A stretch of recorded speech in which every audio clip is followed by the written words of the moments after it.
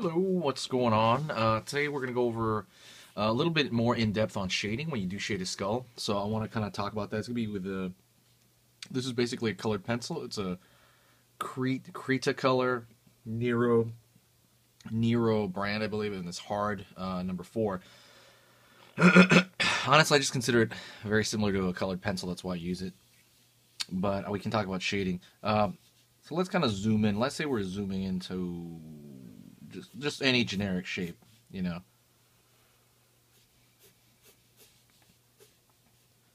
Let's say it's the tooth or something of like a skull, you know, like zooming way in. Considering about where the light's hitting this, it's gonna be maybe, let's say the light source is coming from here. Usually it's a single light source. The light's gonna hit mostly on this side, right? Clearly, and it's gonna slowly roll away from the light because there's a slight curvature, right?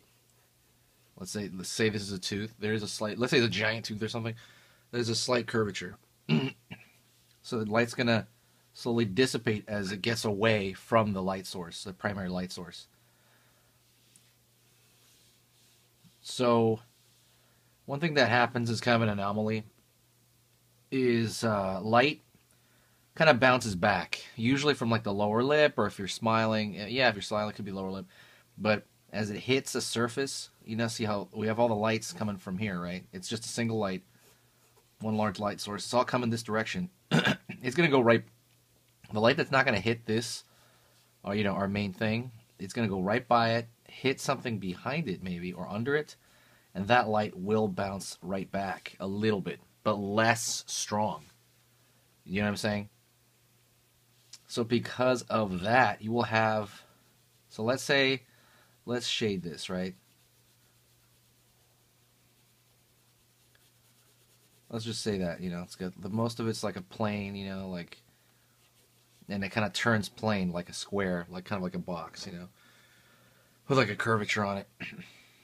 See, because of this bouncing back, you're going to get a little bit of light here. So what I do, it's going to be less strong than this. It cannot be the same value as this white paper.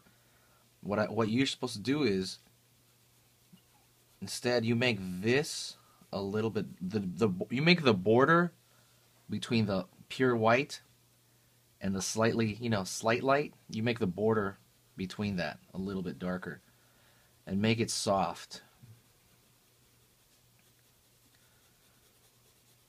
I'm making it soft because it's a soft form. It's not a total square box, you know. Now I'll talk about edges in a second too. So hopefully you can see that. Yeah, that comes out. And that's called a core shadow. The reason that band of black there, that band exists only because of the reflected light coming from behind the object. And that kind of happens all over. Almost everything, you know, when you see, you know, bounces off. I mean, this is a tooth. We're assuming it's probably bouncing off. And obviously, if this is a tooth, we're zooming away in, you know. It would bounce off like the lower teeth or something like that. For any other object, it'll bounce off the ground, anywhere. It's everywhere. Reflected light's all over. So you do this kind of core shadow thing. Looking at just the lightest surface here, now we get to that. The strongest light's going to be right here, right? Let's say that's strongest over here somewhere. And that's usually where you have like a highlight. But what you can do is you put a value across the whole thing because you don't want it to be the same color as the paper behind it. You put this slight value. I usually go on the side of my pencil and I pull back on it too. I pull back on the pencil. And start lightly going over it. And this is called halftone. And this requires a lot of finesse, but it's pretty easy once you get the hang of it. Normally, this comes at the very end of a drawing.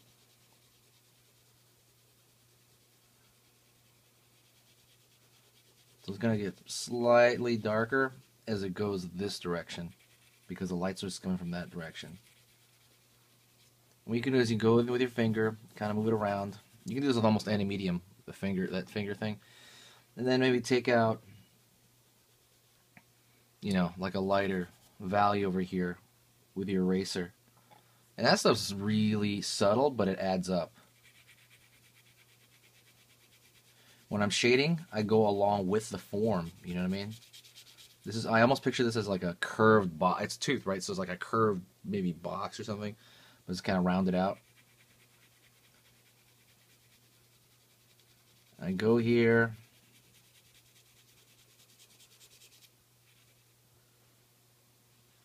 And I go with the form this way. And sometimes I'll go the other direction too, because I'm using this object. And I'll go along it crossways as well. I'm not going to do it as much though right now. Kind of following the form to make it so it kind of makes sense and it comes together in the end. And again, be careful.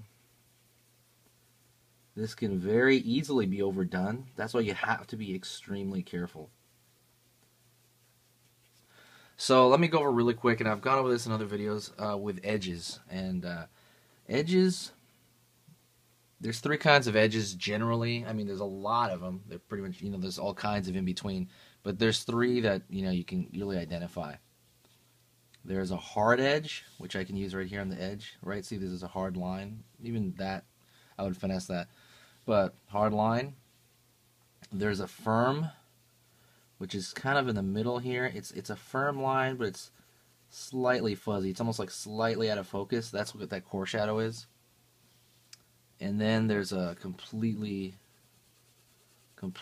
soft, you know, which usually goes in the halftone area. Completely soft edge, you know. Sometimes you can kind of change that up. I mean, this is kind of a firm, but let's just say if this edge was, let's say this tooth was rounder or something, it would be more of a soft, you know, like a dark soft. Anyways, I just wanted to go a little bit more into detail, into depth about just the shading alone. Such a big deal when you shade skulls. This is with pencil. Maybe I'll do a pen video if you guys request it. Let me know what you think, and I hope that helped you out. If you learned anything, please give me a thumbs up, guys. All right, I'll talk to you later.